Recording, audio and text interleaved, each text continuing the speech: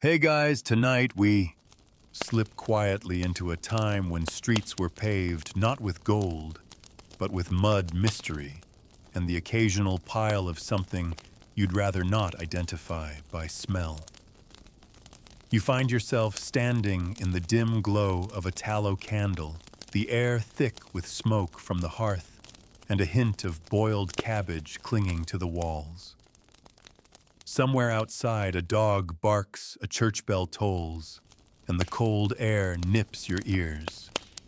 You're about to marry in medieval Europe, and you probably won't survive this. So before you get comfortable, take a moment to like the video and subscribe, but only if you genuinely enjoy what I do here. And hey, tell me in the comments where you're watching from and what time it is there. Now dim the lights, maybe turn on a fan for that soft background hum, and let's ease into tonight's journey together. You're barely 17. In fact, in this world, that's practically middle-aged for a peasant woman and prime time for a man to finally scrape together enough to ask for someone's hand. Your proposal didn't come from kneeling with a diamond. It came from your father, shaking hands with a man in the marketplace, agreeing that your labor womb and dowry would be best served in another household. Romance. That's for wandering troubadours and wealthy nobles. For you, this is a transaction as practical as trading a cow. The wedding itself isn't the lavish affair your 21st century mind pictures. It's more of a legal formality than a party, though there will be ale because there's always ale. The priest stands before you speaking Latin you don't understand, and you mumble your responses with numb lips, not from nerves, but from the freezing draft creeping in under the church door. Your hands are clammy, not from excitement, but from the fact that you've been milking goats since dawn. The guests, mostly relatives and neighbors, shift from foot to foot, impatient to get back to their chores. You glance sideways at your new spouse. Maybe you've known him since childhood. Maybe you only met a week ago. Either way, the vows bind you as firmly as any iron chain because in this era, marriage is almost impossible to escape. Divorce, that's for kings with armies and popes on speed dial. You're in for life. The feasting afterward is humble. A loaf of coarse brown bread, a hunk of cheese, maybe salted pork if your families are lucky. There's music, someone's cousin with a fiddle, and a man beating a drum that doubles as a flour barrel when not in use. People dance in heavy boots, laughing, clapping, spilling ale. You try to smile, but you know what comes next, the bedding ceremony. Yes, the entire community sees you off to your marriage bed. In some villages, they literally follow you into the room, making bawdy jokes, tugging at your blankets, and ensuring you both get under the covers. Privacy is a luxury unknown to you. In some places, a few witnesses even stay to verify the union is consummated, because a marriage without consummation can be annulled, and that would undo all those carefully negotiated goat and grain exchanges your fathers worked out. By morning, your life has changed completely. You're now part of your husband's household, answerable to him in almost every way. Your workday begins before dawn, feeding animals, hauling water, tending the fire, cooking, spinning wool, mending clothes. If you're a man, the duties are just as relentless: plowing fields, maintaining tools, bartering in the market, maybe even serving the local lord in some military obligation. Leisure is not a concept you'll ever know beyond the occasional feast day. And here's where the you probably won't survive this becomes uncomfortably literal. Childbirth is a looming danger for women. Accidents, infection, and famine stalk men and women alike. Even if you both survive the first year, your bodies will be worn by labor and scarcity. The average life expectancy hovers somewhere in the mid-30s, though if you survive childhood and disease, you might make it to your 50s. But don't count on it. You might think, well, at least we'll have each other. In theory, yes. But love matches are rare, and affection is not guaranteed. In noble families, you're pawns in dynastic alliances. Among peasants, marriage is about pooling labor and securing survival. Tenderness might grow between you, or you might simply coexist, trading words only about chores, harvests, and the weather. Religion blankets every moment. The church dictates your roles, your duties, your sex life. Holy days are the only sanctioned breaks from toil. If you defy church law, say, by marrying within prohibited degrees of kinship, or refusing to perform your marital duties, you risk social ruin and ecclesiastical punishment. The priest will remind you that your union reflects Christ and his church, which sounds beautiful until you realize it's shorthand for women obey your husbands. You quickly learn that home is not the private nest you might imagine. You share a cramped cottage with in-laws, younger siblings, or farmhands. The single room smells of smoke, sweat, and livestock. The hearth is the center of life, your cooking fire, your only heat source, your evening gathering place. Your bed might be a straw mattress in the corner, covered with wool blankets you carded and spun yourself. And yes, the fleas are real. Food is simple and repetitive pottage, a sort of perpetual vegetable stew, coarse bread ale. Meat is rare for peasants. Nobles fare better, but even their feasts include some unappetizing dishes by modern standards.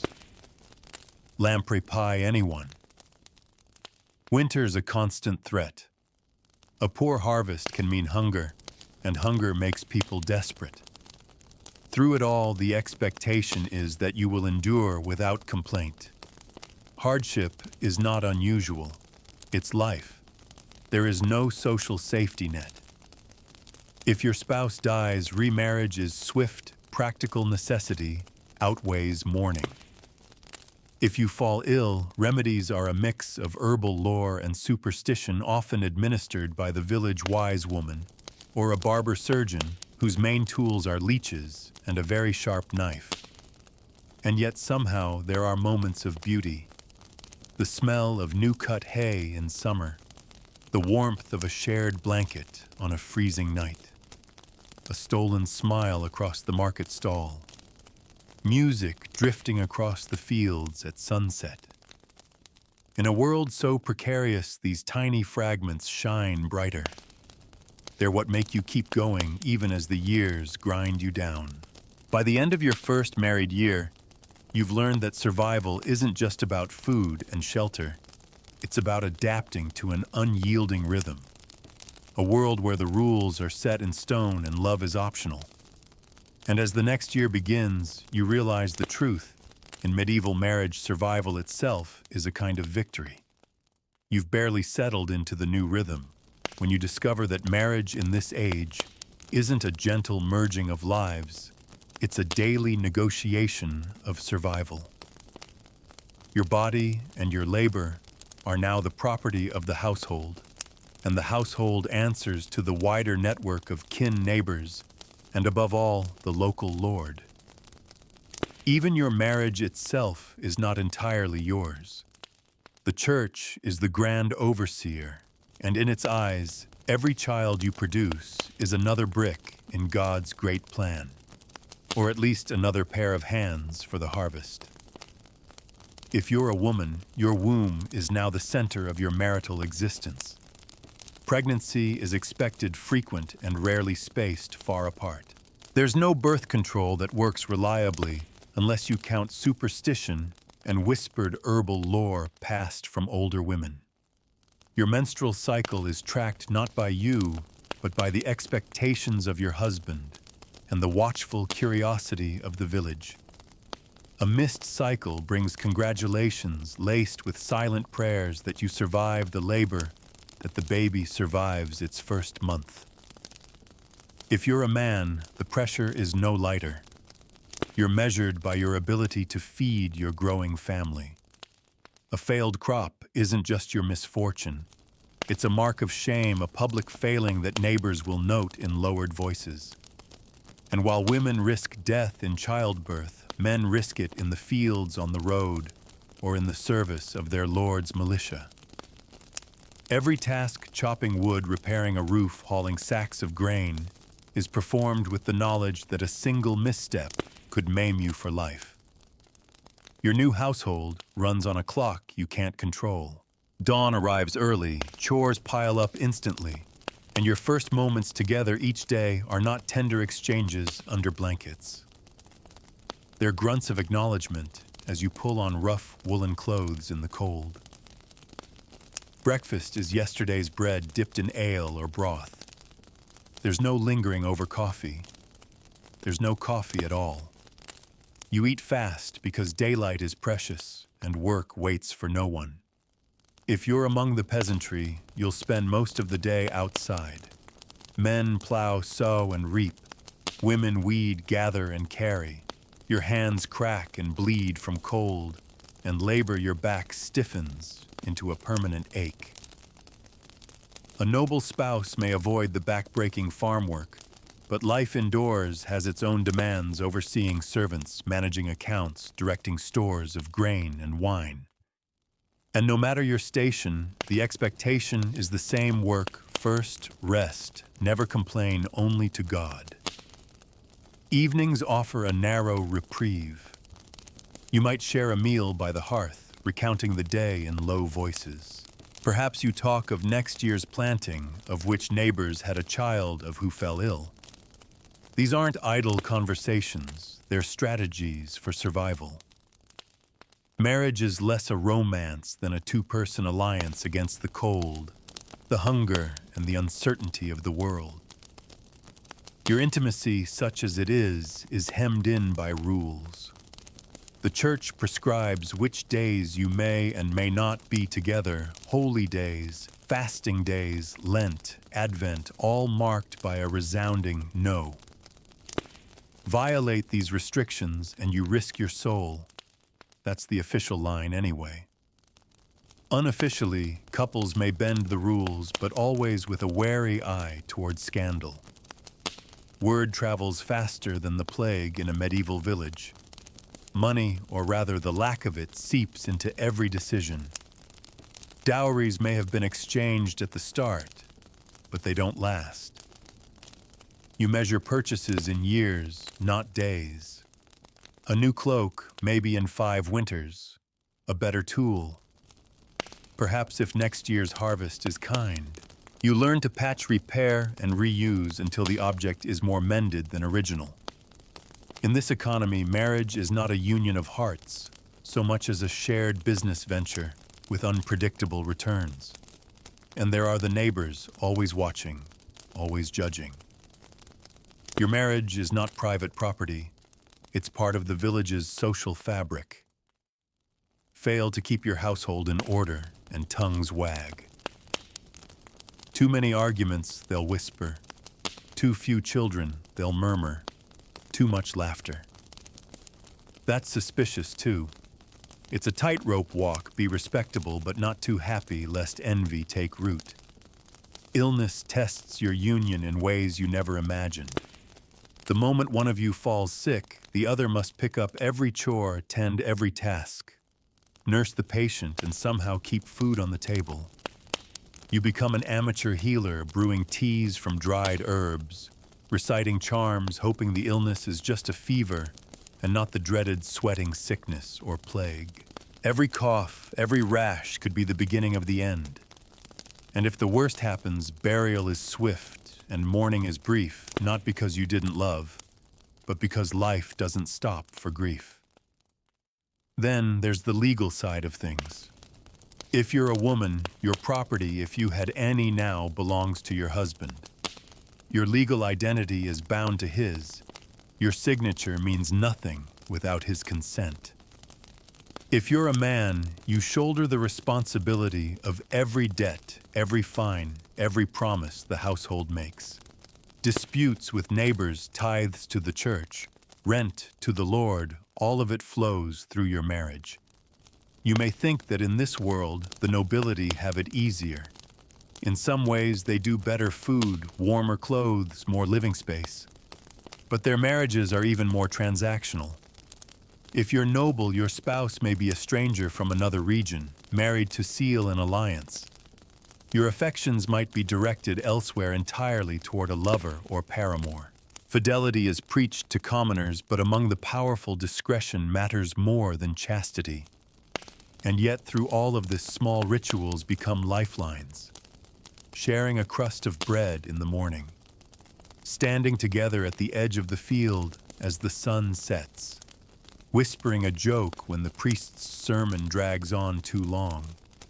These moments are the mortar that holds the crumbling stones of daily life together. Without them, marriage would be nothing but drudgery. With them, it is at least survivable. Still, the unspoken truth remains: your marriage exists inside a web of obligations you cannot cut through. To defy them would mean exile, poverty, or worse. So you adapt. You learn to measure joy in small doses, to keep expectations low, to find meaning in survival itself. And as you glance at your spouse across the firelight, you realize you've stopped wondering whether this is the life you wanted. In this time, want has nothing to do with it. This is simply the life you have. The months turn over like pages in a book you didn't choose to read. One season bleeds into the next, and your marriage bends under the weight of the agricultural year. In spring, you live in the mud, your boots caked, your hands raw from planting. Summer is hot and relentless. The fields hum with insects, and every day is a race against weeds, pests, and the threat of storms. Autumn is a frenzy of harvest, the village swollen with activity. Winter is the great test, a season of scarcity, when the cold gnaws at your bones, and the days shrink into long, dim stretches by the hearth. Through it all, you and your spouse become co-managers of survival. You share glances across the yard when the grain stores run low. You pass tools between each other without words, each of you understanding the urgency. The marriage is not built on poetry or candlelit evenings, it's forged in sweat and frost. But the seasons also carry with them a peculiar kind of tension. For women, pregnancy may come again before your body has healed from the last. If you survive childbirth, you will likely nurse the baby while pregnant with the next. Midwives are your lifeline, women with hands rough from work, but steady with experience. They know the chants and charms, the herbs to ease pain, the tricks to coax a breech baby into turning. Yet even with their skill, there's no guarantee. For men, the hazards are different, but no less fatal. A slip of the scythe, a falling tree branch, an ox with a mind of its own, these can end your life as suddenly as any fever. There is no insurance, no workers' compensation. Your spouse will grieve, yes, but also scramble to secure food and shelter. Widowhood in this time is not a romantic tragedy. It's an economic emergency. Festivals punctuate the year, offering a rare breath from toil. At midsummer, the village may light great bonfires. At harvest, there might be a feast in the Lord's hall. You attend together, eating and drinking in the company of neighbors who have known you since childhood. There is laughter and dancing, sometimes even flirting, but all of it is contained within the strict boundaries of custom. Your marriage is still under the watchful gaze of the community, and any scandal can ripple outward like a stone thrown into a pond. Still, festivals offer a reminder that you are not alone. Marriage is not just between two people. It's a public contract, one that everyone has a stake in. If you quarrel too loudly, someone will mediate. If one of you falls ill, the other may find a neighbor at the door with bread or broth. These acts are not purely altruistic. They are investments in the stability of the village. Your marriage is part of the scaffolding that holds the community together. Privacy remains elusive. In winter, the whole household crowds into the single room where the fire burns. You sleep, eat, talk, and work in the same shared space, overhearing every word, every cough, every whispered endearment or argument. Children are born and raised in this crush of humanity, learning early that marriage is less about love than about mutual duty. They see it in the way you and your spouse share chores, in the silent cooperation of daily life. If you're lucky, affection grows quietly over time. Maybe it's the way your spouse saves the last warm roll for you, or the way they take the heavier bucket when you fetch water. You may never say, "I love you," that's not the language of your world, but you might feel it in the slow accumulation of such gestures. This is love without romance, devotion without display. Religion continues to mark your life, shaping the very structure of your marriage. You attend Mass together, kneeling side by side. You confess your sins, sometimes even those involving each other, to the parish priest. You hear the same sermons about obedience, chastity, charity. The church tells you marriage is sacred, ordained by God, and you cling to that when the days are hard. If you're noble, your wedding may have been blessed by a bishop. If you're poor, it was likely a simpler affair, but no less binding in the eyes of heaven. And yet there's an unspoken understanding that not all marriages are happy ones. The church will not easily dissolve a union, but it may grant separations in cases of cruelty, impotence, or heresy. These are rare, whispered about, rather than openly discussed. More often, unhappy couples simply endure each other, bound by vows, circumstance, and the iron grip of social expectation. Economic strain is a constant companion. A bad harvest might mean selling possessions, taking on debt, or going hungry. You and your spouse make impossible decisions together. Sell the cow or keep her for milk. Eat the grain or save it for seed. There's no margin for error, no cushion to fall back on. The pressure can turn even the most patient person short-tempered. Words are exchanged, sometimes harsh ones. But arguments rarely escalate into separation. There is nowhere else to go. If you have children, they bind you even more tightly. Their survival depends on your cooperation, your shared labor. You teach them to work, early boys in the fields, girls at the hearth. You hope they will marry well, though well simply means to someone who can help keep them alive. You may even arrange their matches while they're still young, securing alliances that will serve the family in years to come. In noble circles, children are pawns in a different game. Marriages are strategic tools for securing land power and influence. Your son may be sent away to serve as a page in another household. Your daughter may be promised to a man she has never met. Even then, the parents' marriage is a template, one of duty first, sentiment second. The passing years bring change, but not always progress. A new lord may demand higher rents. War may sweep through, dragging men away and leaving women to manage alone. Famine may claim neighbors, altering the village forever. Each crisis tests your marriage anew, asking, will you stand together or fracture under the strain? In truth, you don't think about it in such grand terms. You simply keep going because the alternative is unthinkable. And so, as another year turns, you find yourself once again at the hearth, sharing bread in the dim light.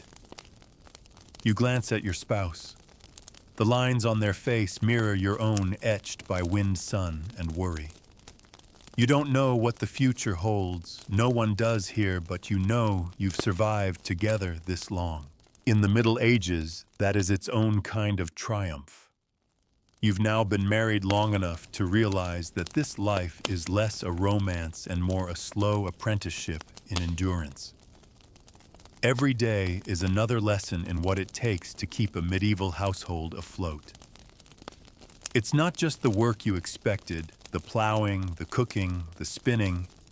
It's the endless undercurrent of negotiation, of reading your spouse's moods, of balancing your own needs against the demands of the family, the neighbors, and the Lord.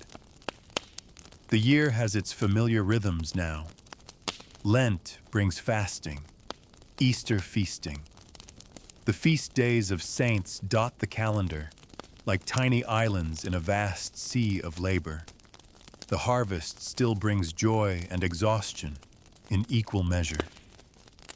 Winter still feels like a siege you endure together, barricaded in your smoky little house counting the days until the thaw.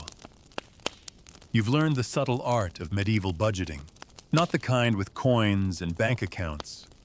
There's little actual currency in your daily life, but the budgeting of labor, food, and goodwill. If your spouse is in a foul mood after a long day in the fields, maybe you delay asking for help repairing the fence. If you know the cow is drying up early this year, you ration the milk carefully, stretching it into thin soups and oat gruels. Arguments still happen. Of course they do. The pressure of survival is a heavy weight, and sometimes it presses too hard. Maybe you clash over when to plant the beans, or whether to sell the pig now or fatten it for market. Voices rise, the neighbors hear, and perhaps you both stomp off for a few minutes. But reconciliation is quick. You can't afford the luxury of grudges. The chores won't do themselves. If you're a woman, the constant presence of your in-laws may be your greatest trial. You live under your husband's roof or his father's, and the older women are quick to tell you if your bread is too dense or your stitches too loose. Your mother-in-law's advice is both a resource and a weapon. Ignore it at your peril. If you're a man, you may be equally hemmed in by your wife's kin, who will not hesitate to step in if they think you're not treating her properly. In this world, marriage is a communal affair in more ways than one. Illness doesn't take a holiday. A toothache can spiral into an infection. A small cut can fester into something deadly. You've become your spouse's nurse more than once, feeding them broth when they can't get out of bed, sitting through fever-drunk mutterings in the middle of the night. You've been on the other side, too flat on your straw mattress, while they work twice as hard to keep the household running. Each of you knows that illness could at any moment tip into widowhood. Sometimes the church itself steps directly into your marriage. The parish priest might scold you from the pulpit for quarreling too loudly, or for failing to attend confession. If a neighbor accuses you of withholding marital rights, yes, that's exactly what it sounds like. You could find yourself answering awkward questions before an ecclesiastical court. The church's influence doesn't end at the altar. It stretches into your bed, your kitchen, your very conversations. If you're noble, the scrutiny is worse. Every move is noted by servants, relatives, and rival families. Your marriage is political currency, and any discord can weaken your standing.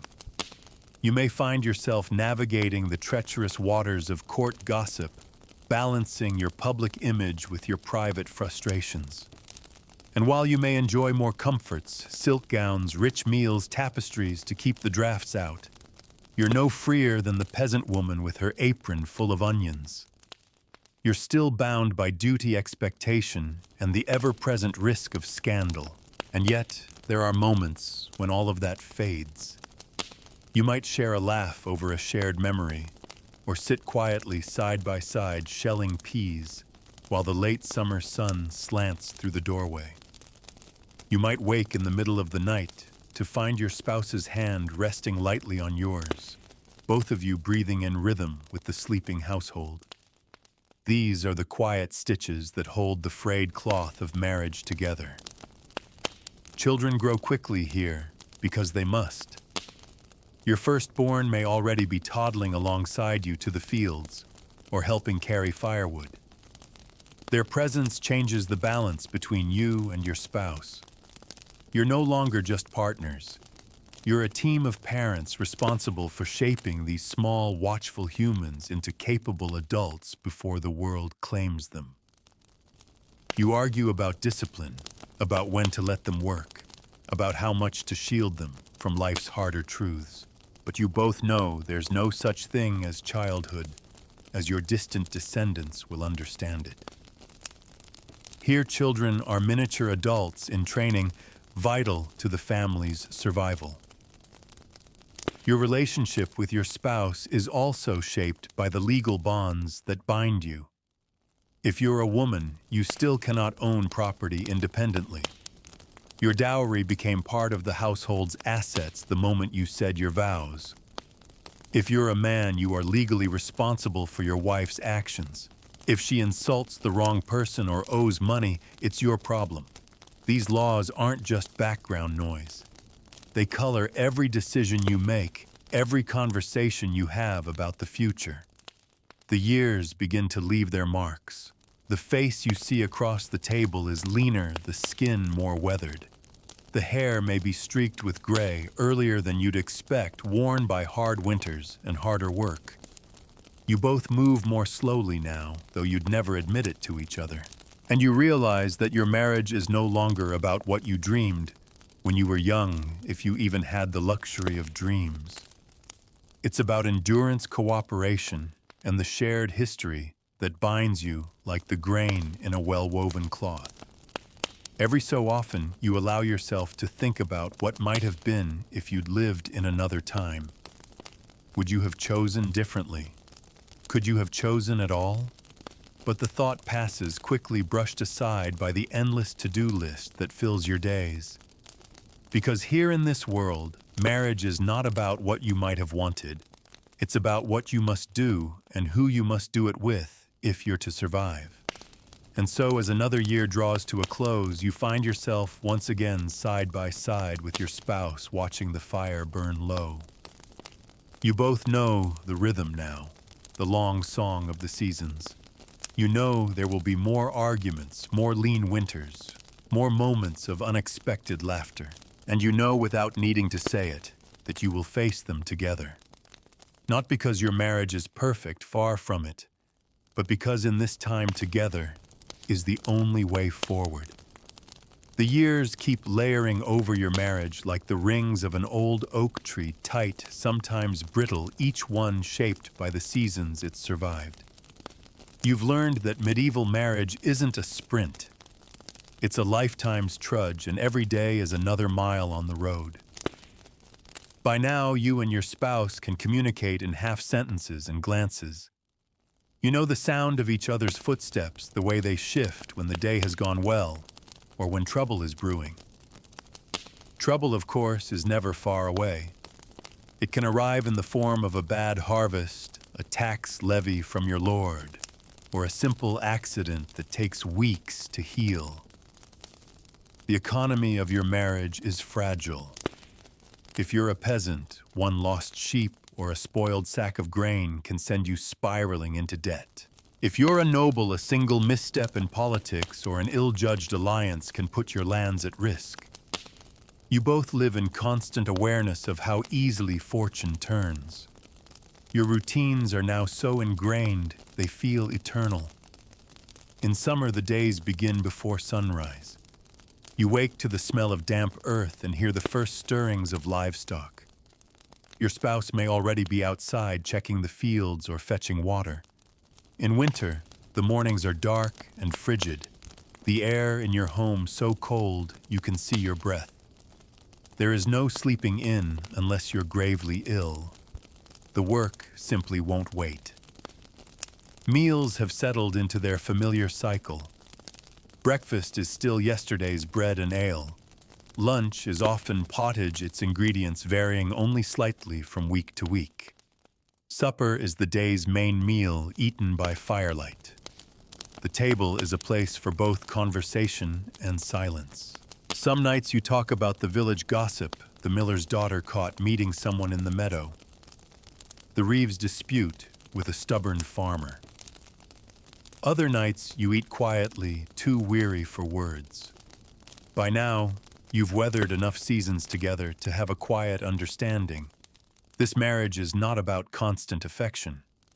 It's about constant cooperation. And that cooperation is often tested by the demands of the larger community. If the harvest fails, it's expected you'll contribute to a neighbor in need. If a roof collapses in a storm, your spouse will join the men to repair it, while you bring bread or broth to the women helping inside. Generosity isn't optional here, it's survival insurance. But there are moments when cooperation falters. Maybe your spouse makes a deal you didn't approve, promising a portion of your grain to someone you barely trust. Maybe they spend too much time at the alehouse, coming home late with a loose tongue. Resentments build quietly in a place where open confrontation can cause lasting damage to your household's standing. So you pick your battles carefully, weighing pride against necessity. If you're raising children, the pace of life only accelerates. They are another set of mouths to feed, another layer of work to manage. You teach them. Early boys learn to swing a scythe before they've stopped growing. Girls learn to spin and cook before they've lost their baby teeth. You want to shield them, but there's no shielding in this world, only preparation. Childhood is a brief apprenticeship for the endless work of adulthood. If you've lost children, and many, do you carry that grief quietly? There's no language for it here, no formal space to mourn beyond the prayers at burial. You and your spouse might share a few words, a hand held a moment longer than usual, but life pushes you forward relentlessly. Another planting season begins. The surviving children need you. The animals still need tending. Illness remains your most feared enemy. The common cold can become pneumonia. A cut can fester into gangrene. If plague sweeps through, there's little you can do but pray and hope. You've seen neighbors carried away in carts, their homes sealed, their belongings burned. When disease comes close, your marriage becomes a fortress, tending each other's wounds, sharing the strongest blanket, making desperate bargains with God. And then there's the church, always present, always reminding you of your duties. You're told that your marriage mirrors the relationship between Christ and the church, which sounds lofty until you realize it's a sermon about obedience and endurance. If your marriage falters, it's not just a personal failure, it's a spiritual one. This doctrine isn't a gentle guide, it's a constant pressure to endure no matter how heavy the burden. Noble marriages have their own brand of difficulty. If you're of that class, your spouse might spend months away at court or on campaign. Letters are rare and expensive. News travels slowly. You might be managing the estate alone, overseeing accounts, resolving disputes among tenants. You are in essence running a business while holding together a political alliance. Even the comforts of your class, fine clothing, trained servants, banquets are outweighed by the risks of betrayal and the endless jockeying for favor. Despite all of this, there are still flashes of warmth. You and your spouse might steal a walk together after the evening meal, the fields bathed in the last gold light of day. You might share a joke while mending tools, or pause to watch the children play in the dust. These small, unremarkable moments are the glue that keeps your partnership from collapsing under the strain. They are not grand gestures, but in a life with so few luxuries, they are enough. The years deepen your bond in ways you couldn't have imagined when you first said your vows. You've seen each other at your most exhausted, your most frightened, your most stubborn. You've made mistakes together, paid for them together, and somehow kept going. In this way, marriage here isn't so much about romance as it is about resilience, two people tethered together against a world that offers little mercy. And yet you know in your heart that survival isn't guaranteed. One bad year could take it all away. A sickness, a war, a poor harvest, any of these could end not just your marriage, but your life. That knowledge never leaves you. It hums in the background of every decision, every plan. And so you cling to the simple truth today you've endured together. And in the Middle Ages, that is more than most can claim. By now, your marriage has the weight and polish of a well-used tool, scarred, weathered, but still functional. You've learned its strengths and its faults, just as you've learned your spouse's moods, habits, and silences. This isn't a love story in the modern sense. It's a survival pact sealed by time work and the relentless demands of the age. The two of you have become experts at anticipating each other. You know how your spouse will shift their stance before they disagree with you, how they pause just slightly before giving bad news. You recognize the difference between the creak of the door that means they've come in tired and the creak that means they've come in angry. It's a quiet intimacy, the kind forged by necessity rather than sentiment. Life still revolves around the land, the seasons, and the household. In spring, you're both on high alert for signs of frost or flooding. In summer, you count the days until the grain is ripe enough to cut. Autumn brings the rush of the harvest, every able-bodied member of the household pressed into service. Winter is the long exhale if you've stored enough food. The daily routine is still unyielding. The first light finds you at work, tending fires, feeding animals, repairing tools. Evenings are for weaving, mending, sharpening blades, or shelling beans. There's no such thing as spare time here. Idle hands are not just frowned upon, they're a liability. If one of you slacks, the whole household feels it. And yet there are moments when the outside world intrudes, shaking the steady rhythm you've built. A royal tax collector might arrive demanding coin you don't have. A messenger could bring news of war, calling men from the village to serve the local lord. Sometimes it's the weather itself, hail flattening the barley, a storm tearing the thatch from the roof. Each crisis tests your marriage anew. You can't simply run from these troubles. You face them together, pooling your wits and your labor to keep the household afloat. For peasants, the legal ties of marriage can be both a shield and a chain. As a wife, you have the protection of your husband's status. As a husband, you have the reinforcement of the village in defending your household's rights. But the same laws that protect you can trap you. A wife who wants to leave has almost no recourse.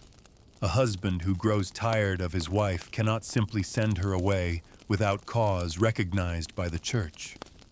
That permanence is a comfort only if you are fortunate enough to have a spouse who treats you well. For the nobility, permanence is even more political. A marriage might be the linchpin of an alliance, and breaking it could plunge families or even kingdoms into conflict. Affairs are whispered about behind tapestries, but the marriage itself stands because it must. Your personal happiness is secondary to the stability of estates, titles, and inheritances. You've also learned that the village, for all its closeness, can be suffocating. News of your quarrels spreads faster than the wind. If you exchange sharp words in public, you'll hear about it later from your neighbors, sometimes disguised as concern, sometimes not. This social scrutiny works both ways. It can keep marriages from deteriorating into abuse, but it can also force unhappy couples into an endless performance of civility. Illness and injury remain the ever-present shadows at your hearth. A twisted ankle at harvest could mean weeks of reduced labor threatening your food supply. A deep cough in winter might turn into something far worse. The remedies are still the same herbal poultices, whispered charms, fervent prayers. A barber surgeon is only called if the situation is desperate. And even then, their cures can be as dangerous as the illness itself. Despite all the hardships, you've noticed a deepening of mutual reliance. You and your spouse have become each other's most constant companion, even when words are scarce. There's comfort in knowing someone else understands the strain of hauling water in winter, the ache of standing over a hot cauldron in summer, the unending cycle of chores. That shared knowledge is a bond no wedding vow could have promised, but which the years have delivered. Children continue to be at the center of your shared labor. They are both your greatest joy and your heaviest burden. You want them strong, skilled, and ready to fend for themselves, but you also dread the day they leave, whether to serve in another household, to marry, or to answer the call of war. Losing a child to illness, accident, or famine is a blow that never heals completely, yet you must keep going for the sake of those who remain. Religion still governs the private corners of your marriage. You know which days are forbidden for marital relations, and you observe them or pretend to depending on your conscience and your caution. Confession is a regular reminder that your private life is never entirely private. The priest may not ask directly, but his questions circle close enough to leave you squirming. Every so often, an unexpected joy slips through the cracks of routine. A good harvest might mean a small celebration, a few extra candles burning in the evening, a piece of honeycomb shared between you. A neighbor might gift you a rare delicacy like dried figs, or a small jug of imported wine. You might even find yourselves laughing together over some absurdity in the marketplace, your burdens momentarily forgotten. But these bright spots are always fleeting. The grind resumes quickly because it must. You've come to understand that marriage in this age is a continual process of bracing yourself against the next challenge. You're not preparing for if something goes wrong, you're preparing for when. And yet, as you sit together by the fire at the close of another day, there's a quiet satisfaction in knowing you've managed one more. You might not put it into words, but the truth hums between you. Without each other, the odds of survival would be much worse. This is not a marriage of grand romance. It's a marriage of mutual fortitude stitched together day by day. You glance at your spouse. Their hair is touched with more gray than last year. The lines at their eyes are deeper. Your own hands are calloused, your back aches more often. You're both changing in ways you can't stop. But you've built something solid in a world where stability is rare. And that in its own way is the most remarkable thing of all. The winters seem longer now. Maybe it's your bones growing older, or maybe it's the way the cold creeps into your marriage as much as it does your home.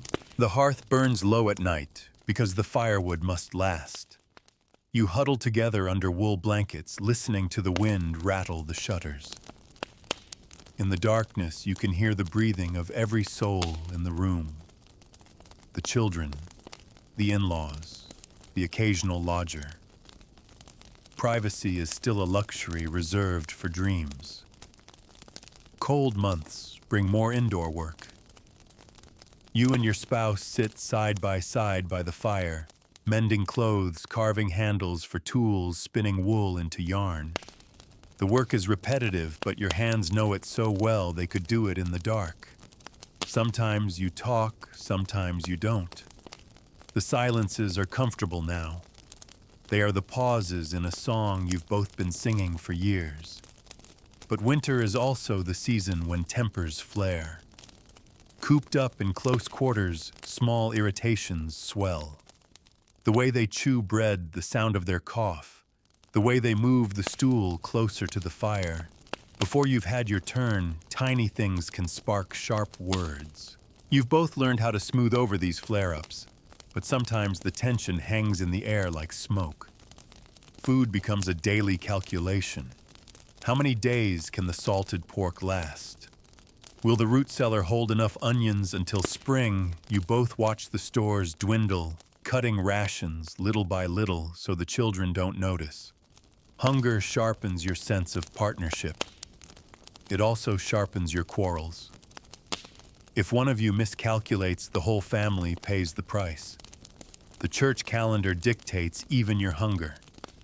Lent arrives demanding fasting at a time when you're already eating less. You obey, at least outwardly. The priest visits more often during this season, offering both spiritual guidance and a pointed look at your larder. In confession, you might admit to breaking the fast, though you frame it as necessary for your health. The priest nods, but you know God's opinion is less easily swayed. Winter illness stalks the household. A cough lingers, a fever rises. You and your spouse take turns tending the sick, coaxing sips of broth, wiping sweat from flushed foreheads. Sometimes you wonder if you are nursing them back to health or simply watching them fade. When death comes in winter, it comes quietly, just a stillness one morning where there should have been breath. If it comes for someone in your home, grief is a luxury you ration like food. There are animals to feed, wood to chop, snow to clear. But winter also forges a different kind of intimacy. There's nowhere to go, nothing to distract you from each other. You notice the small things, again, the way their hand feels when it brushes yours, passing a tool, the sound of their laugh when one of the children says something absurd. You share a candle's light, a shared blanket, a stolen moment when everyone else has gone to sleep. These are the slow embers that keep the fire of your marriage alive even when the world outside is frozen solid.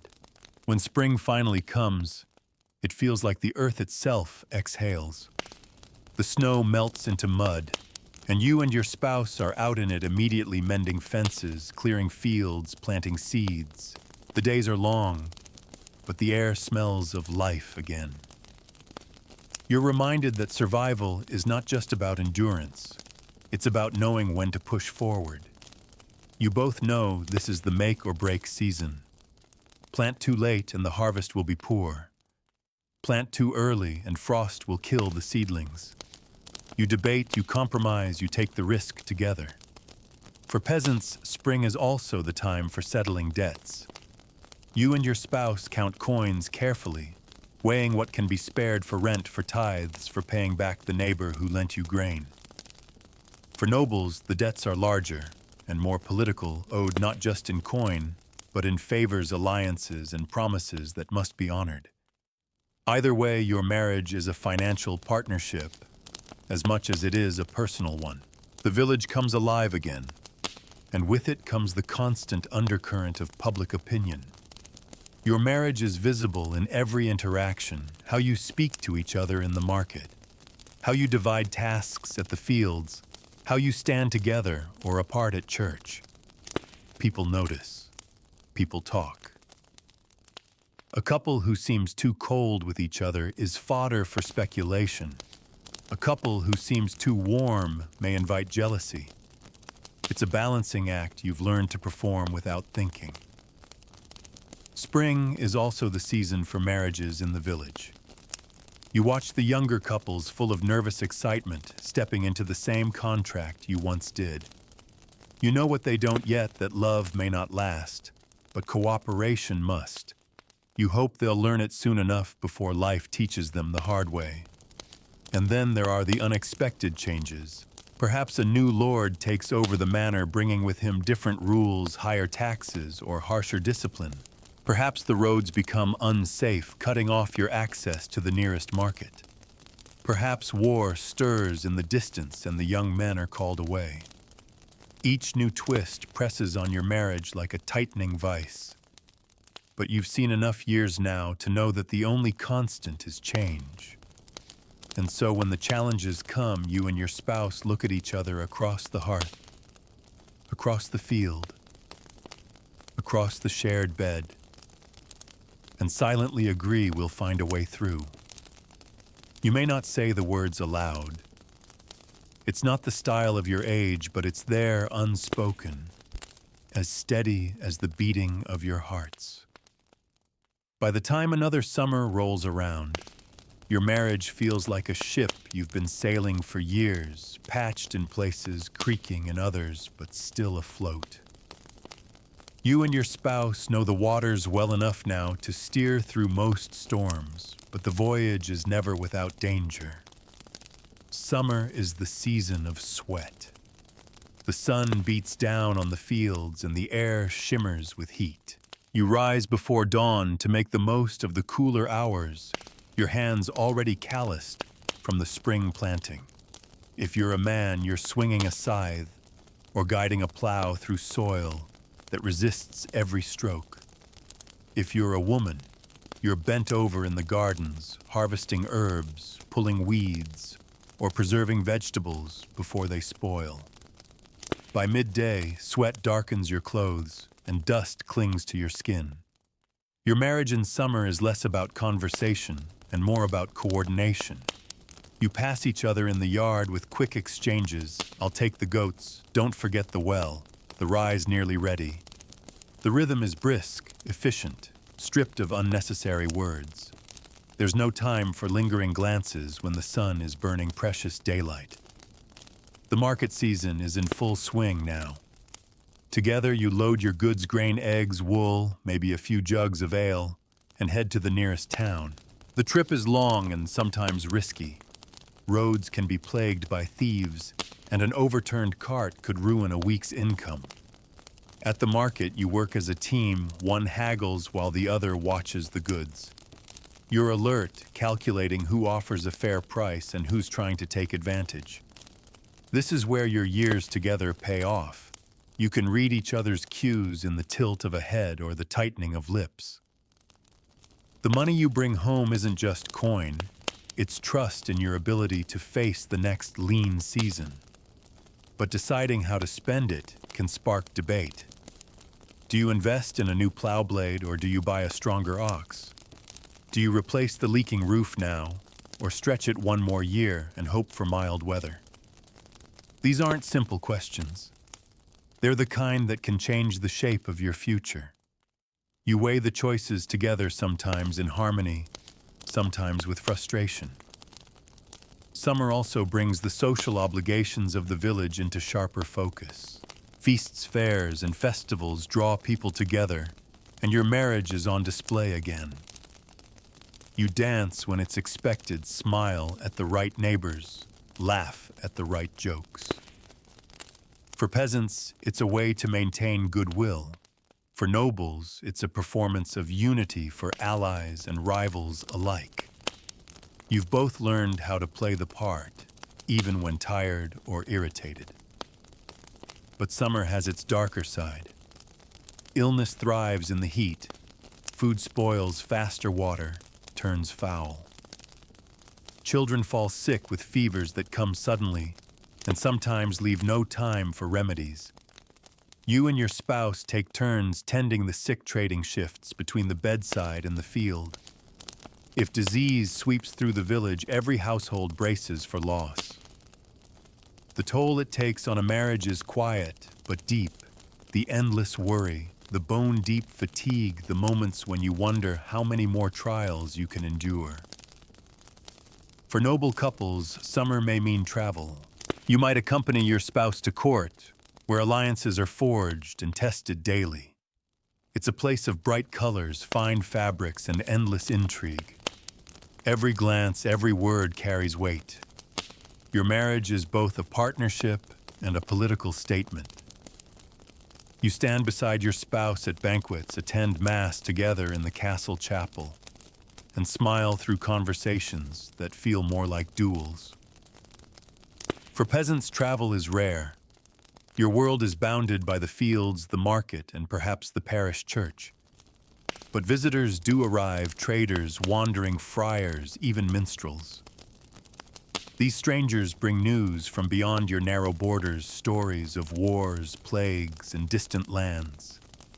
You and your spouse listen together, sometimes skeptical, sometimes curious. Such moments remind you that your life, however consuming, is part of something larger. There are evenings in summer when work finally pauses, and you sit together outside, the air cooling the sky, streaked with gold and violet. You watch the children chase each other through the grass, hear the low murmur of neighbors at their own doorsteps. These are the moments when the burdens of marriage feel lighter, when you remember that your survival isn't just toil and obligation, it's also this, the quiet pleasure of making it through another day together. But summer also teaches you caution. A storm can undo months of labor. A single fire can consume the stored grain. You and your spouse have plans for such disasters, but plans are small comfort when the wind howls or the flames crackle. You've learned to sleep lightly, ready to rouse the household at the first sign of trouble. Your partnership now has a muscle memory of its own. You don't need to ask your spouse to check the roof before the next rain, or to bring in the hay before the storm. You simply move together instinctively, dividing the work. This unspoken coordination is the real heart of your marriage, born of necessity, tempered by hardship, and sustained by the shared will to keep going. And still, you both know that the balance is fragile. One bad summer could tip everything. Drought, flood, pestilence, each is a threat you carry in the back of your mind. You've seen neighbors lose everything in a single season. You've seen couples buckle under the strain, their alliances unraveling. You hope it won't happen to you, but hope here is always cautious, always tempered by the knowledge of how thin the line between stability and ruin can be. When night comes in summer, it's a softer dark than winter's. You might sleep with the door open to catch the breeze, listening to the night insects hum. The air smells of hay earth and the faint tang of smoke from the cooking fire. You and your spouse lie side by side, too tired for talk, but not too tired to feel the slow, steady comfort of the other's presence. And as sleep takes you, you understand again that in this life, survival is the truest form of love you'll ever know. Autumn comes like a drumbeat. The air sharpens, the fields turn gold, and every hour matters. Harvest is the season when your marriage is tested in the open. The two of you work side by side from dawn until the moon rises, your backs bent, your hands raw. If you're a man, you swing the sickle binding sheaves into bundles. If you're a woman, you gather the cut grain, carry baskets heavy with apples or cabbages, and oversee the drying and storage that will carry you through the winter. Every decision in autumn is a gamble. Store too much grain and it may spoil before you eat it. Keep too little and you'll go hungry by February. You and your spouse discuss these matters not as a farmer and a wife or a lord and a lady, but as two partners whose lives depend on getting it right. The stakes are clear. A mistake now could cost you the entire winter. Autumn is also the time for settling accounts. Debts are called in, tithes are collected, rents are due.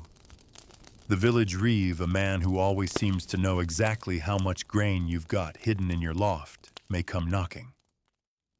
The church, too, takes its share, and you pay without complaint, or at least without open complaint, because refusal isn't an option. You and your spouse exchange the same tight-lipped look every year as the priest's cart rolls away heavier than it arrived. The pace is relentless. There's no luxury of postponing a chore because you're tired. The days shorten, and every task must be finished before the frost sets in.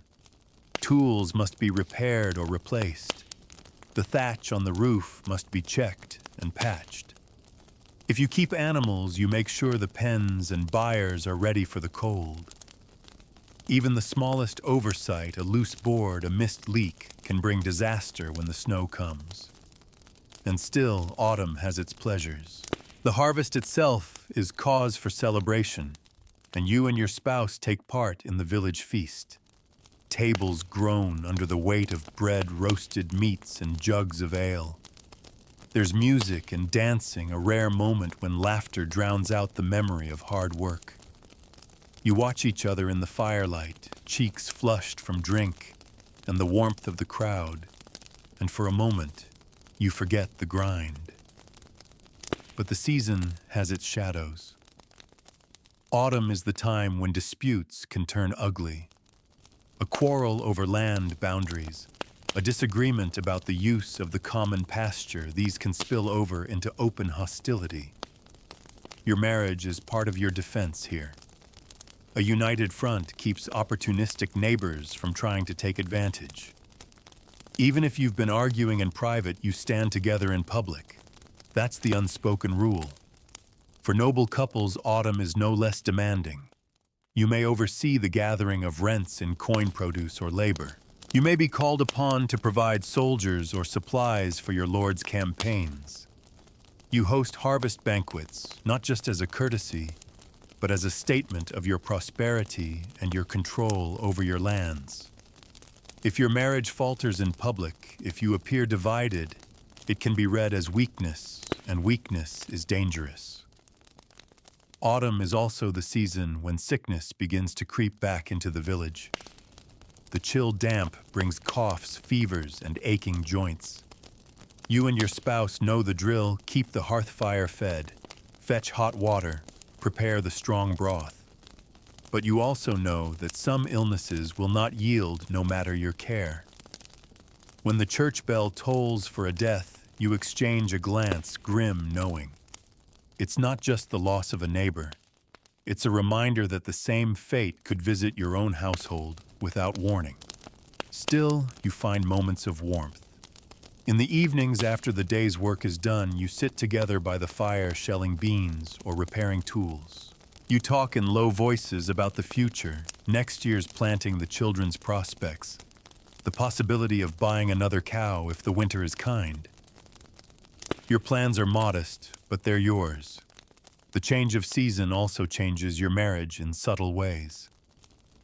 Summer's frantic pace left little room for reflection. Autumn, though still busy, has a certain rhythm that allows you to notice each other again. You may find yourself catching your spouse's eye across the yard, sharing a smile over some small triumph, a well-stacked hayrick, a cellar full of apples, a row of cured hams hanging from the rafters. These moments don't erase the hardships, but they remind you why you keep going. For all the toil, there's a sense of satisfaction in autumn that no other season brings. You can see the results of your labor in the granaries, the pantries, the neatly stacked firewood. You know exactly how much you've got, and you've both worked for every scrap of it. You feel briefly as if you might just be ready for what's coming. And then the wind shifts. The nights grow sharper. You notice the first thin glaze of frost on the water pails in the morning. The smell of the air changes: less earth, more smoke. The long winter is coming, and with it the next great test of your marriage. You don't say it aloud, but you both know what it means in the months ahead. Your survival will depend less on the harvest you've gathered and more on the strength of the partnership you've built. Food can be stolen or spoiled. Wood can burn too quickly. But if you and your spouse can keep your unity through the cold and the hunger, you might see the spring again. You bank the fire for the night, draw the shutters tight, and settle down beside them in the bed you share.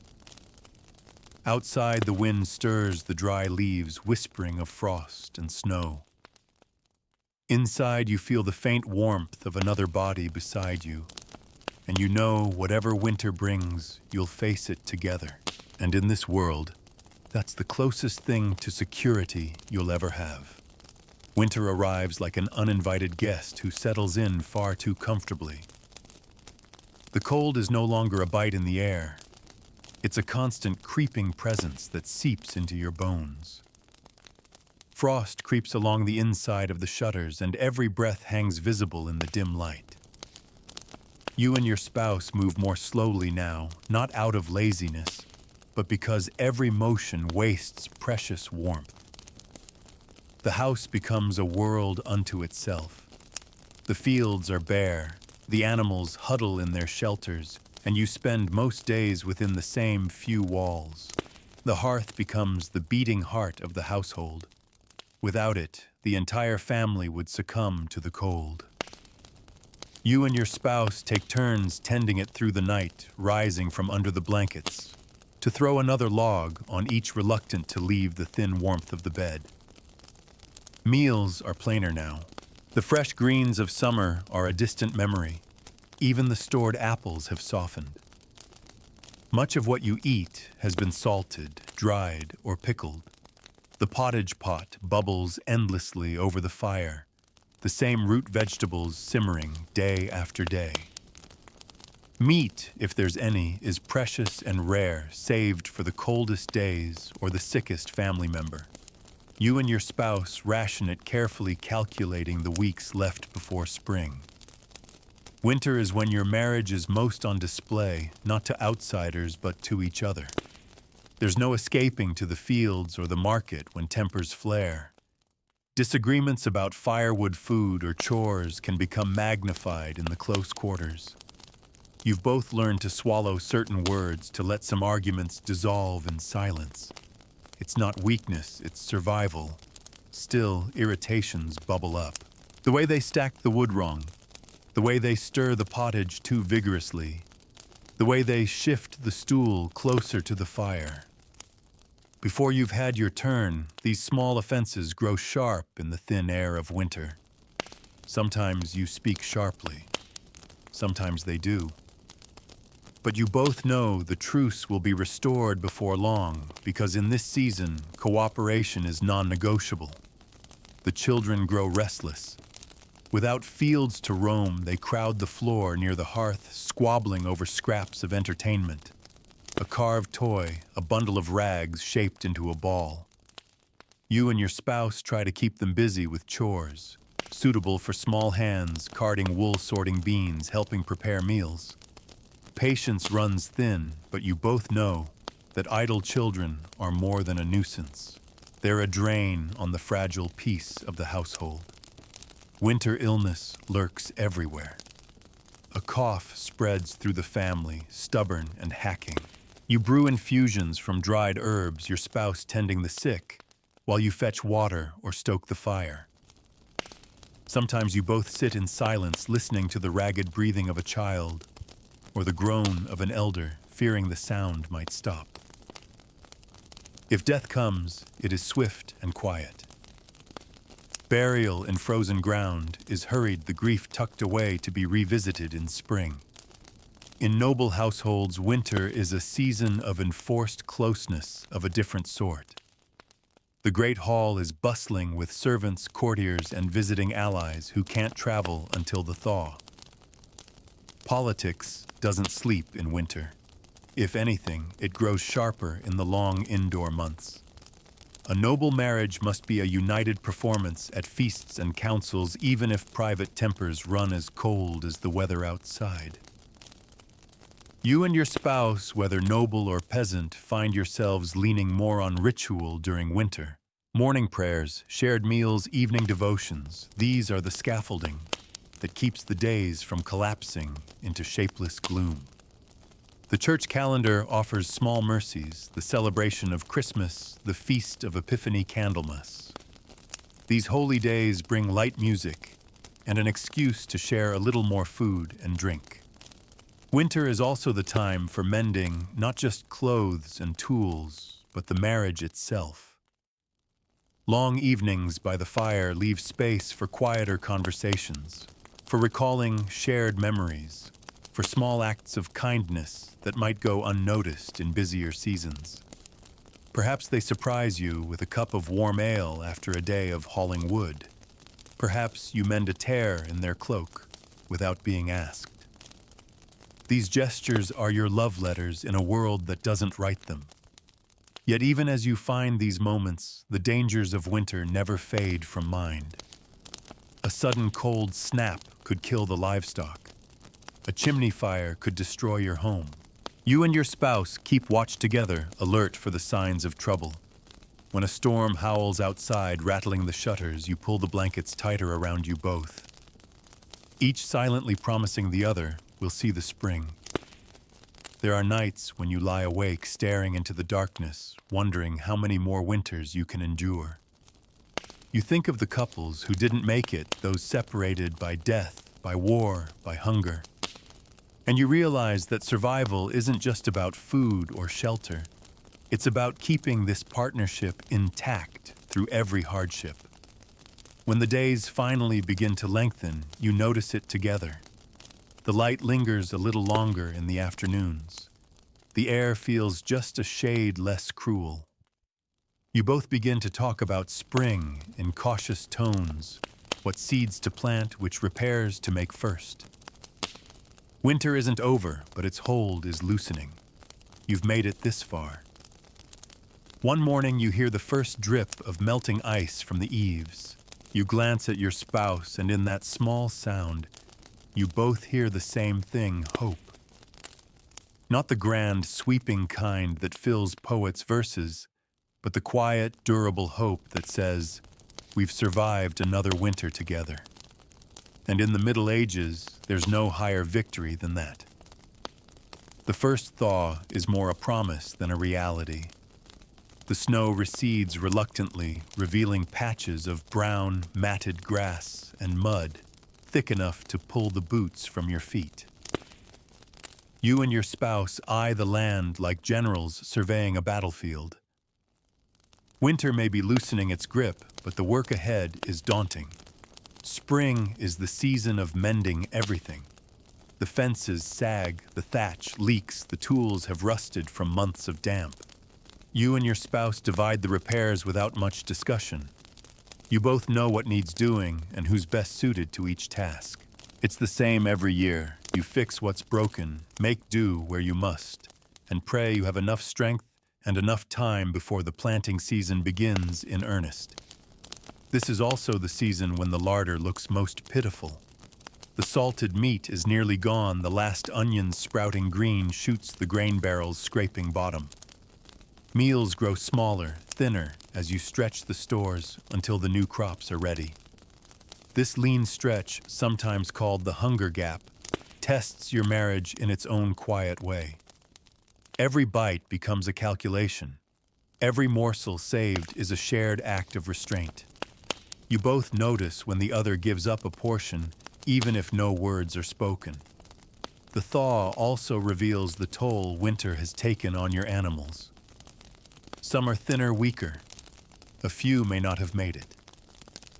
You work together to nurse the survivors back to health, doling out feed, carefully coaxing them into the spring pasture when it's ready.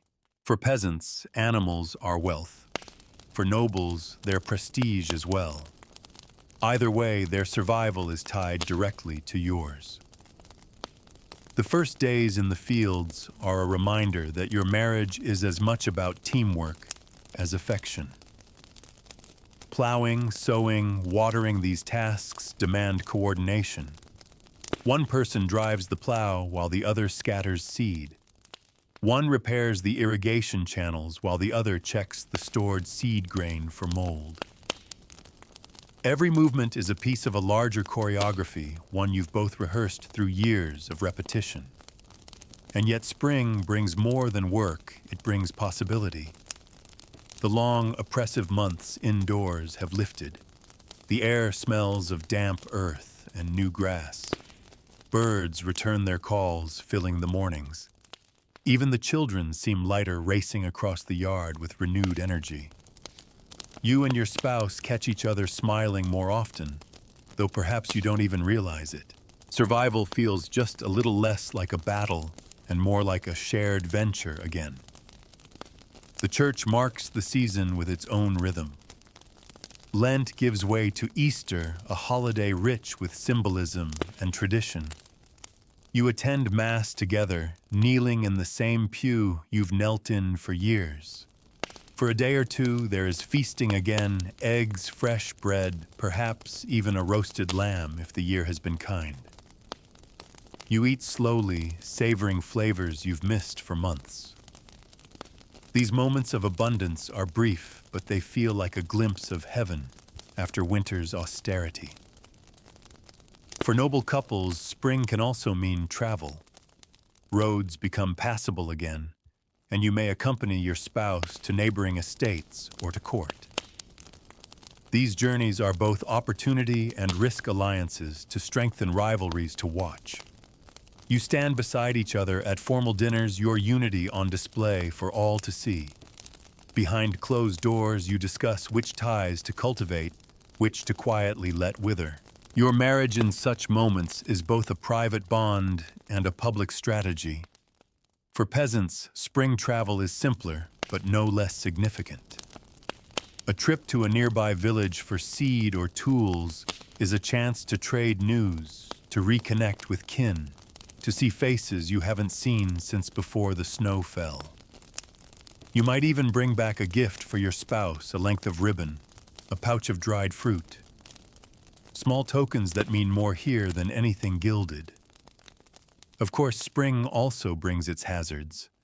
Flooded fields, late frosts, and sudden storms can undo days of work. You and your spouse have learned to watch the sky like hawks reading the signs in the wind and the clouds. When the weather turns, you move together quickly, hauling tools inside, covering seedlings, securing livestock. Disaster prevention is as much a part of your marriage as any vow. And then there are the human hazards.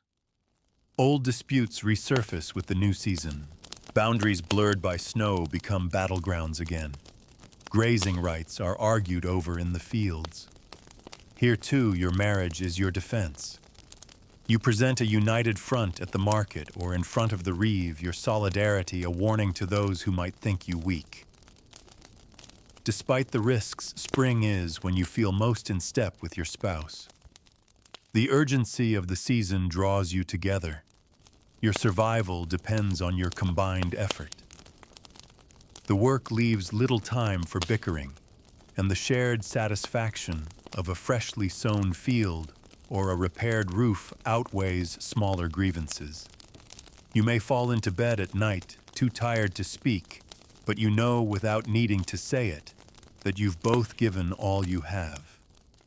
There's a certain romance in that, though, not the kind sung by troubadours.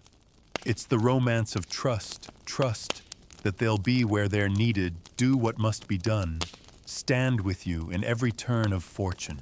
It's quieter than love songs, but in this world, it's infinitely more valuable. As the season rolls on, you watch the first green shoots appear in the fields. They're fragile things trembling in the wind, but they hold the promise of another year's survival.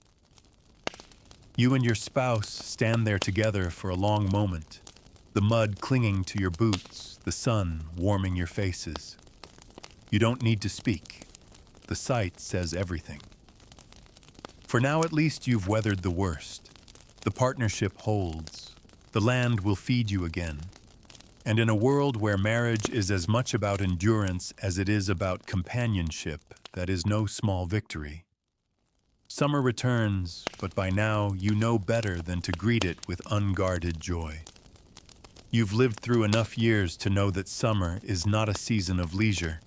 It's the crucible in which the year's survival is forged. You and your spouse have barely finished repairing the last of the winter damage before you are neck-deep in the labors of the warm months. The fields demand your full attention. If you're a man, you take the scythe to the tall grass for haymaking sweat running down your temples as the sun climbs. If you're a woman, you're tending the vegetable plots, minding the herbs, shooing chickens away from the seedlings. Every day is a balancing act between what must be done now and what can be put off until tomorrow, and in summer tomorrow often comes too late.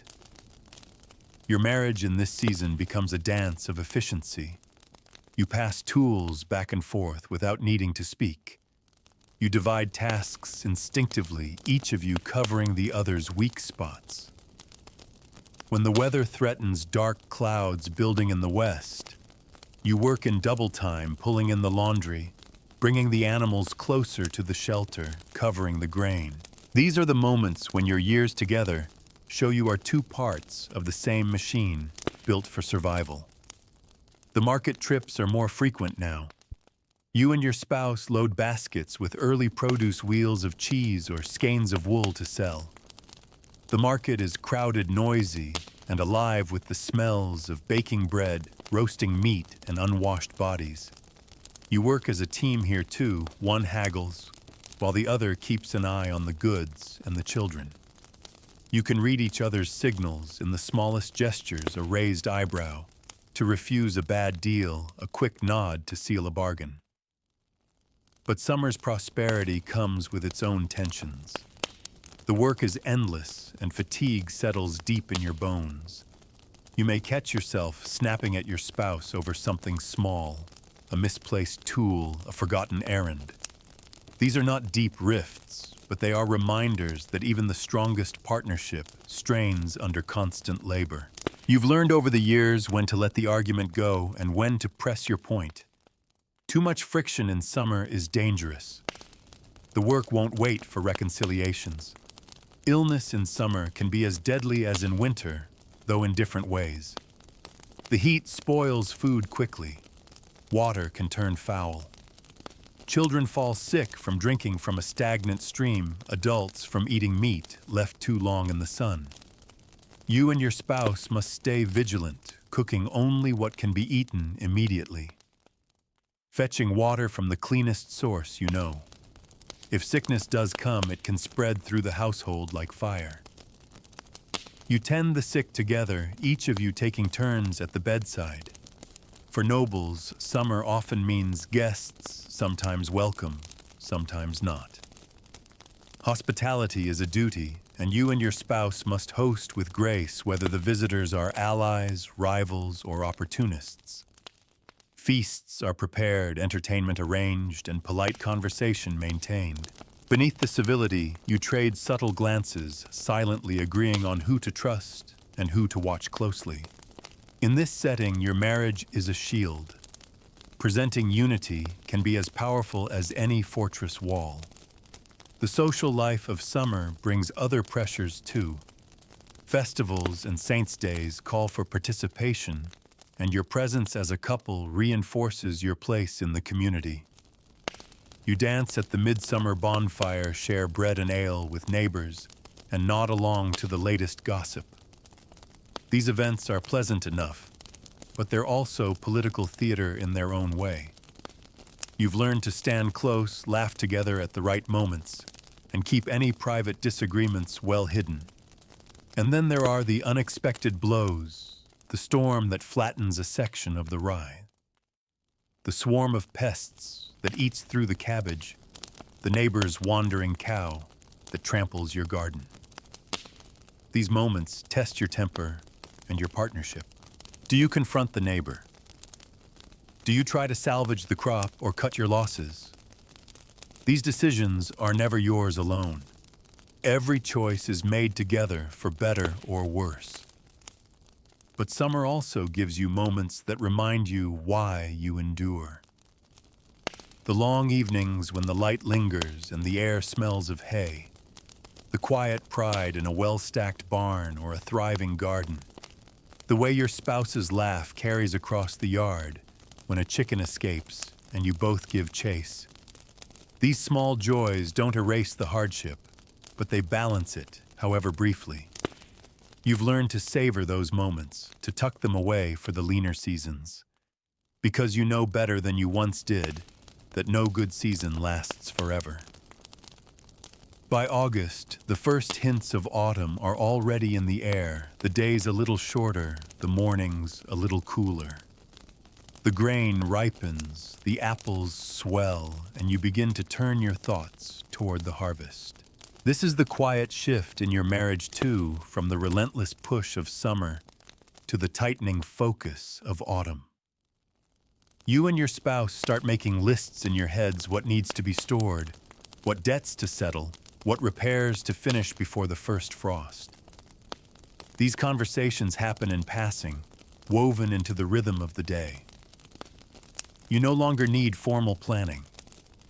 The habit of shared survival has made you fluent in each other's unspoken language. And so summer ends, as it always does not, with a celebration, but with the steady mutual understanding that you've done what you could. You've faced the season together, shoulder to shoulder, through its heat, its labors, its occasional laughter. And now you both know the real work is about to begin again. Autumn settles over the land with the weight of inevitability. The light shifts softer, lower, and the evenings come quicker. You and your spouse don't need to speak about what's ahead. You've lived it enough times to feel the change in your bones. The harvest waits, and with it the final measure of your year's labor. The days are thick with work.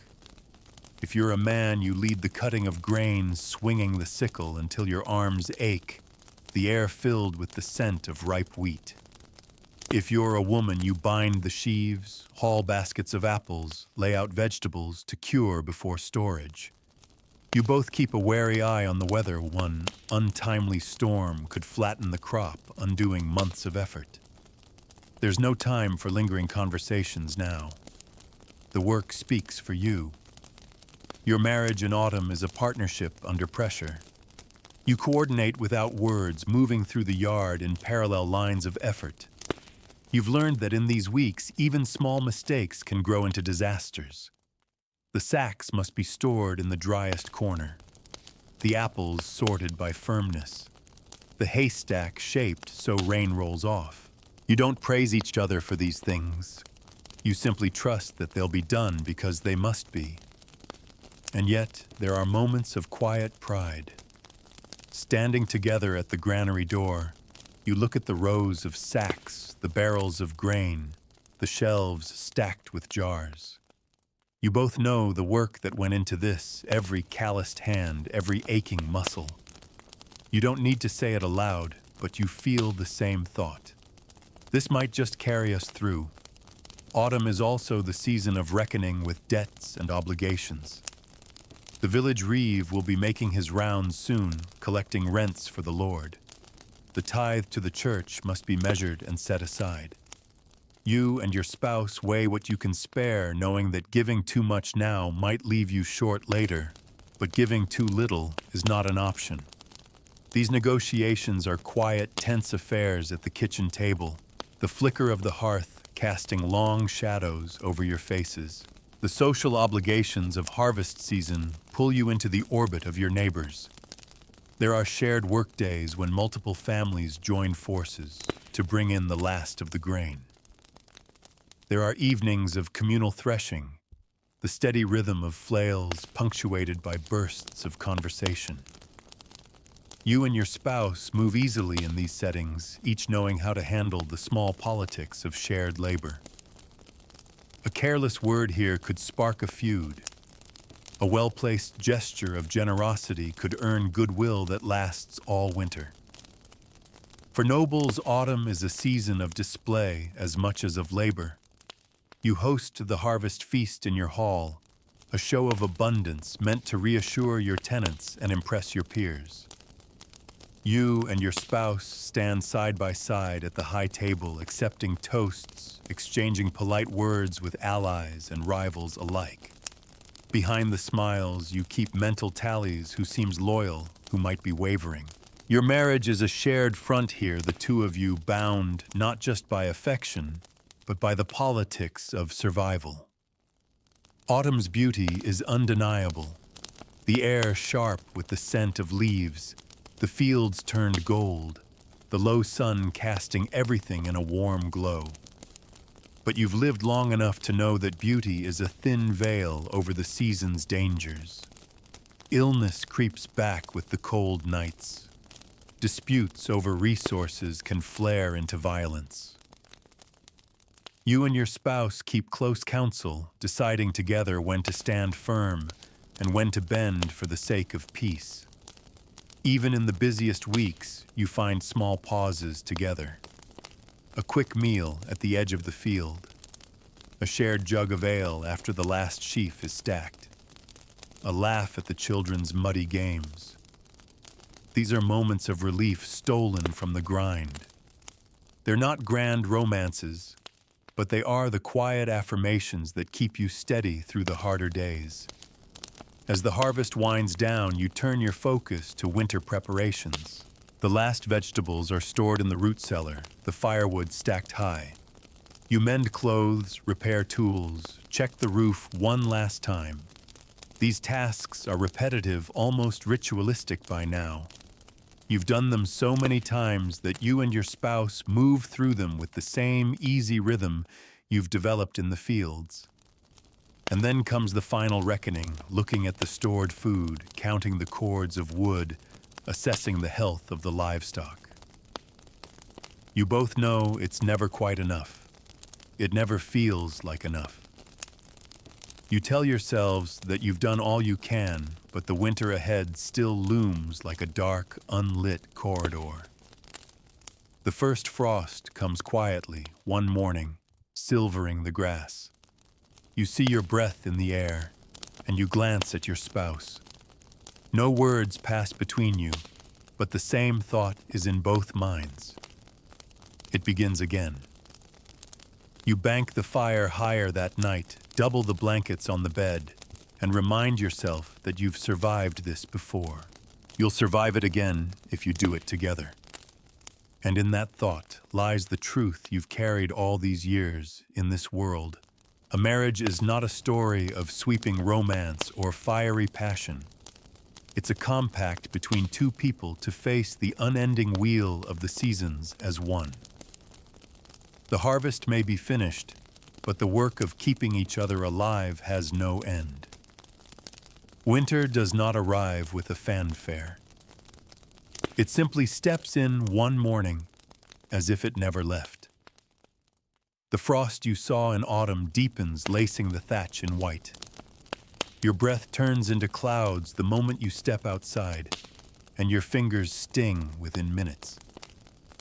You and your spouse retreat more and more into the small world of your home, your lives once again tightening into a shared survival capsule. By now you know the pattern. The hearth must be tended like a fussy child, fed steadily lest it sulk and die. The firewood is rationed with a mutual precision. You both know exactly how much is stacked, exactly how long it must last. Too much burned too soon and you'll be freezing by February. Too little and you'll both be shivering now. It's a delicate balance, and it can become a point of friction if either of you miscalculates. Food is another constant calculation. The salted meat is precious, the grain carefully meted out. You and your spouse agree on portions, though there are times you suspect they've given you the better share or that you've quietly done the same for them. It's one of those silent kindnesses that never gets spoken aloud, but becomes part of the invisible fabric of your marriage. The days are short, the nights long. In the dark evenings, you both work at indoor tasks, mending clothes, repairing harnesses, sharpening tools. You sit by the same firelight, sometimes talking in low voices, sometimes working in companionable silence. Your marriage in winter is an endurance test, less about romance than about staying in sync under the pressure of scarcity and cold. But winter also has its breaking points. Days without seeing the sun can sour tempers. Little irritations, how they cough without covering their mouth, how they leave the bucket just out of reach, grow sharper in the cramped space. You've both learned to step away when needed, even if stepping away just means standing by the door for a few breaths of icy air. Illness is your constant winter shadow. Coughs spread easily in the close quarters. Fevers linger. You and your spouse take turns nursing the sick, trading shifts at the bedside. You brew herbal teas, tuck in blankets, whisper reassurances. Sometimes it works, sometimes it doesn't. When death visits in winter, it is an unwelcome guest that stays too long, leaving the household quieter and hollower than before. The church is a steady presence, even in the coldest months. Advent, Christmas, and Epiphany punctuate the gloom, offering a few days of music, food, and candlelight. You and your spouse attend together, your breath visible in the air as you kneel in the cold stone church. These holy days are moments of reprieve, a reminder that there is more to life than the grind of survival. If you're noble, winter brings different challenges. The Great Hall may be full of guests, unable to travel, and with them comes the endless dance of politics. Feasts must be hosted, disputes, mediated alliances reaffirmed. You and your spouse present a united front at the high table, even if you've been arguing behind closed doors. The stakes here are measured not in loaves of bread, but in the balance of power, though both forms of survival are equally vital. For peasants, winter gatherings are humbler neighbors sharing ale around a fire, mending nets, telling stories.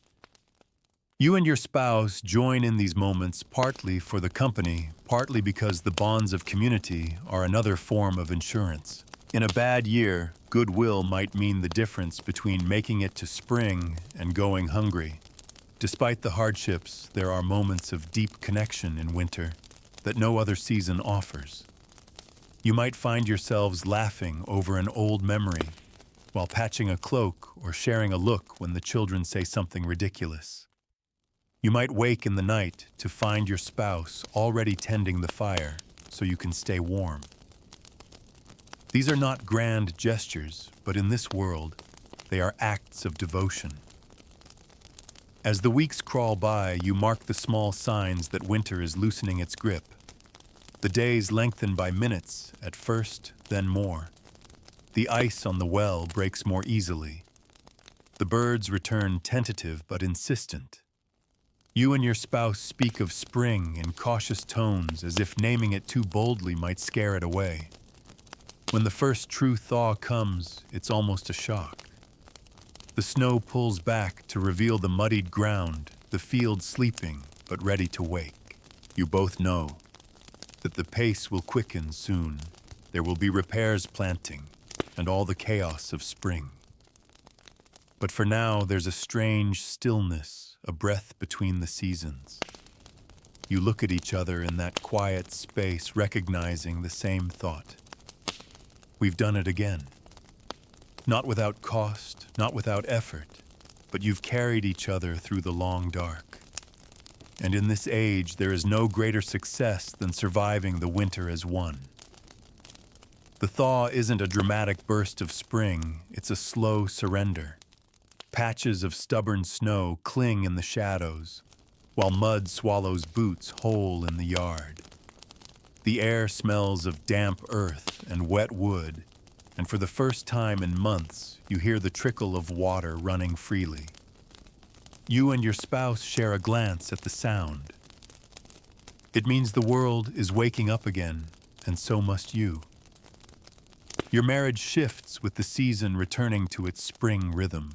The repairs begin almost immediately. Fences sagged under snow, the barn roof loosened by ice tools rusted in the cold. You divide the labor, instinctively falling into the well-worn choreography that's carried you through so many years. There's no need for debate. You know who handles which tasks, just as they know what you'll take on. The hunger gap is as tight as ever. The salted meat barrels are nearly empty, the last root vegetables shriveled and soft. You stretch meals with thin broths and oatcakes, giving the larger portions to the children. Neither of you mentions it, but you can see in each other's faces the quiet sacrifice. These weeks always test your endurance, not just your bodies, but your patience. And yet this is also a season of cautious hope. The first green shoots appear in the fields, fragile but stubborn. You bend to touch them, feeling the cool promise in their leaves. You and your spouse stand there a moment longer than necessary, both of you silently measuring what it will take to shepherd them into the harvest. The village stirs with new life. Neighbors appear in the lanes again, mending fences, preparing plots. You and your spouse trade greetings, share a little news. Keep an ear out for any trouble brewing. The politics of small communities never sleep. A careless word in spring can bloom into a feud by summer. You've both learned the art of polite diplomacy, presenting yourselves as steady, dependable, united. For noble couples, spring means travel resumes. Your household might prepare for a journey to court, your trunks filled with clean linen, and whatever finery survived the winter unscathed. You stand beside your spouse in crowded halls, hearing petitions offering measured words.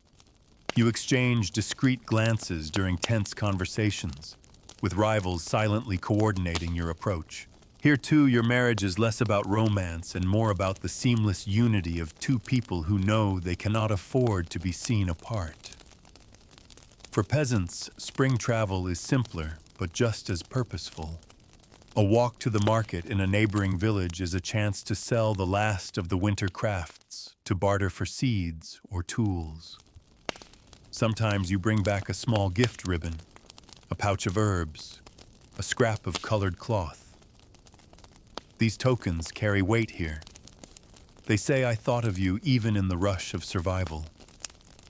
The planting season arrives in full, and the tempo of your marriage quickens. The days start before dawn and stretch until the last usable light is gone. You take turns with the heavy work, one person sowing the other, preparing beds for the next crop. Your movements are in tune. You hand each other tools without looking, finish each other's tasks without asking. This, more than any public vow, is the truth of your partnership. But planting is always a gamble. Too much rain, and the seeds rot. Too little, and they wither before sprouting. You've learned to temper your optimism, to plant with hope, but plan for disappointment. When the weather turns suddenly dark, clouds rolling in from nowhere, you both move fast, covering what you can, securing what's most vulnerable. It's not panic, it's experience. Evenings are brief pauses in the storm of work. You eat simple suppers, sometimes in silence, sometimes swapping the day's small stories. The children may chatter about the antics of the animals or a neighbor's odd behavior. You and your spouse exchange weary smiles over their heads, sharing an unspoken, "We're still here. We're still doing this." Religion threads through it all, as it always has. Easter comes again, bright and solemn. You kneel side by side in the cool stone of the church, listening to the priest speak of renewal and sacrifice. You think of how many times you've sat here together through good years and bad, and how the words take on different weight each time. Your marriage has changed over the years, not in its essence, but in its shape. The sharp edges of youth have worn smooth. You don't argue as loudly as you once did.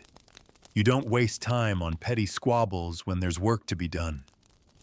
You've both learned which hills are worth dying on and which to walk around entirely. Survival has taught you the value of your energy and of each other's. And still, the truth of medieval marriage remains: you would not survive it alone. In this world, one person cannot manage all the burdens. You need someone who will pull when you falter, who will stand between you and the cold wind, who will keep the fire alive when you can't. That's what you've been for each other all these years, not just spouses, but the other half of a working survival machine. By the time spring settles in fully, you can feel the wheel turning again. You've done this so many times, you could map the year's demands in your sleep. But each cycle brings new trials, new tests. And yet, as you stand side by side in the warming fields, you know you'll face them together. Because in this time, survival is the marriage, and the marriage is survival. The seasons have turned in your mind's eye so many times tonight that they blur together, spring to summer, summer to autumn, autumn to winter, and back again. You've walked the muddy lanes, heard the creak of the barn door in the wind, felt the warmth of the fire on your face while frost clung to the shutters. You've lived a lifetime in a world where marriage is less a fairy tale than a pact of survival, and where love, when it appears, is quiet, practical, and precious. Now, as the story slows, you find yourself sitting once more by that medieval hearth. The fire burns low, throwing soft shadows on the rough-hewn walls. Your spouse, your partner in every trial and triumph, sits nearby, head bowed slightly, as they mend a garment by the glow. Outside, the night is still. The air smells faintly of wood smoke and damp earth. Somewhere far away, a church bell tolls the hour. You listen to the steady rhythm of the needle passing through cloth, the faint crackle of the fire, the sigh of wind at the door. There is no urgency now, no call to the fields, no debt to be settled. Just the quiet certainty that for this one moment all is well enough. In the dimness, your eyes grow heavy. The weight of the day, of the year, of the many years you've shared in this imagined life settles like a warm blanket over you. You drift, knowing that whatever tomorrow brings frost or thaw plenty, or want, you have already walked through so many storms and come out the other side together. Let the wheel of the seasons keep turning without you for a while. Rest now. The world will wait.